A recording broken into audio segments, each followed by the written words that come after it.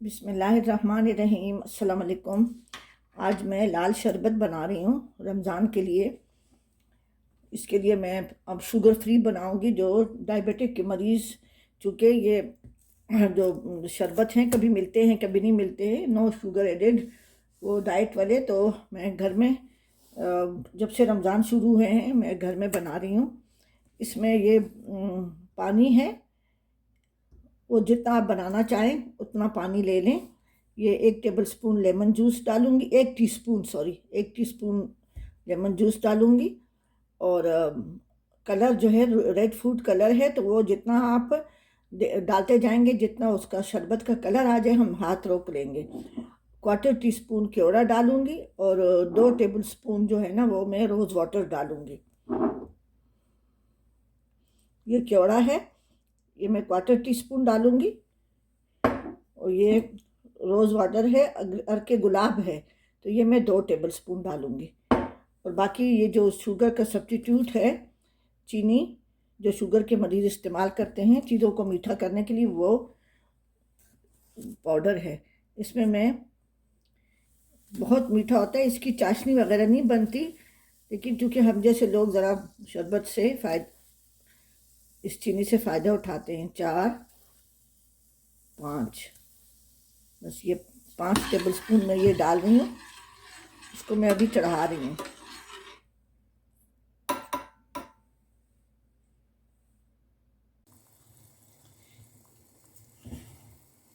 ये इसको 10 मिनट हो गए हैं। इसकी कोई चाशनी नहीं बनेगी, ये चीनी नहीं है, ये शुगर का सब्स्टिट्यूट है जो शुगर के मरीज़ इस्तेमाल करते हैं, वो मैंने डाला है। इसको 10 से 12 मिनट हो गए हैं। अब इसमें मैं ये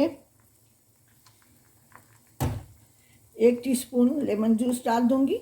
अगर आपके पास लेमन जूस नहीं है, लेमन नहीं है, तो आप टाटरी भी डाल सकते हैं। सिरका तो नहीं डाल सकते, लेकिन टाटरी थोड़ी सी डाल सकते हैं। अब इसमें मैं अर्के गुलाब डाल रही हूँ।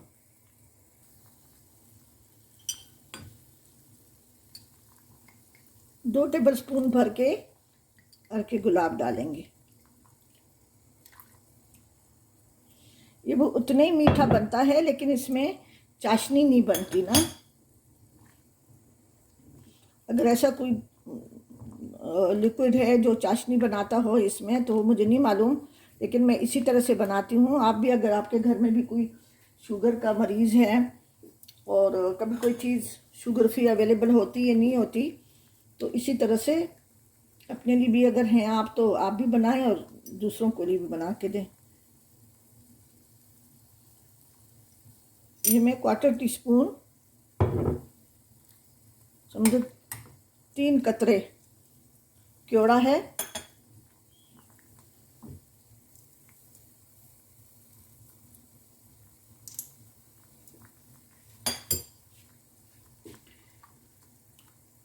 दो टेबल स्पून मैं फूड कलर डाल रही हूँ। आप देखते रहें।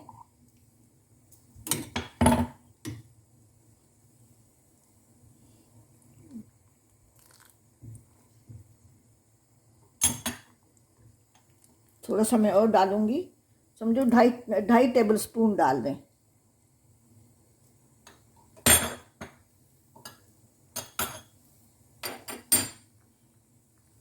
आधा टेबल स्पून में और डाल लेती हूँ।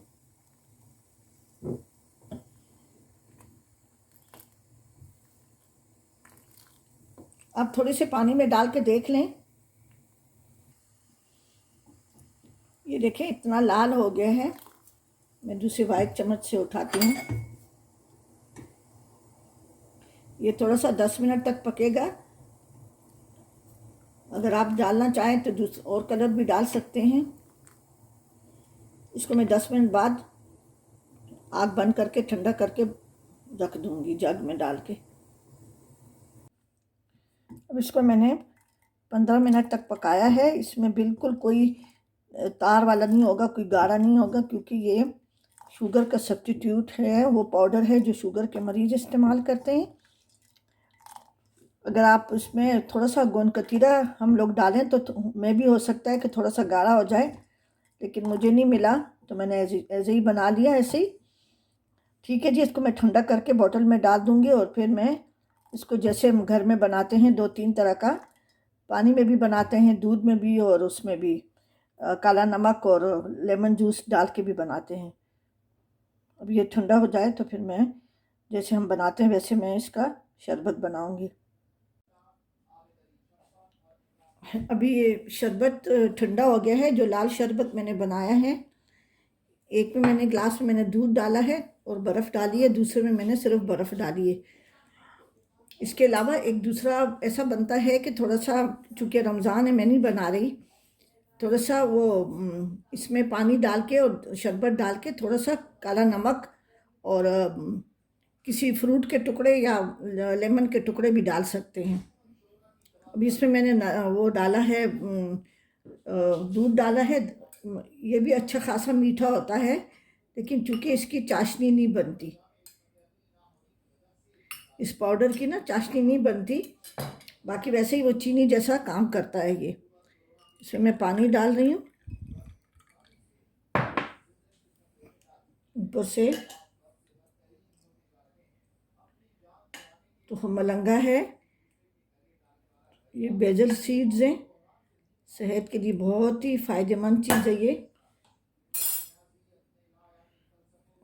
और इसमें भी मैं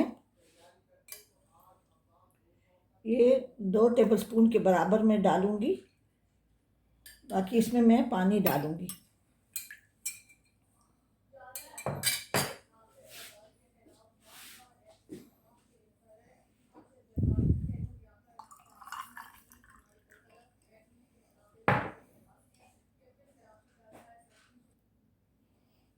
इसमें भी मैं तुख मलंगा डालूँगी।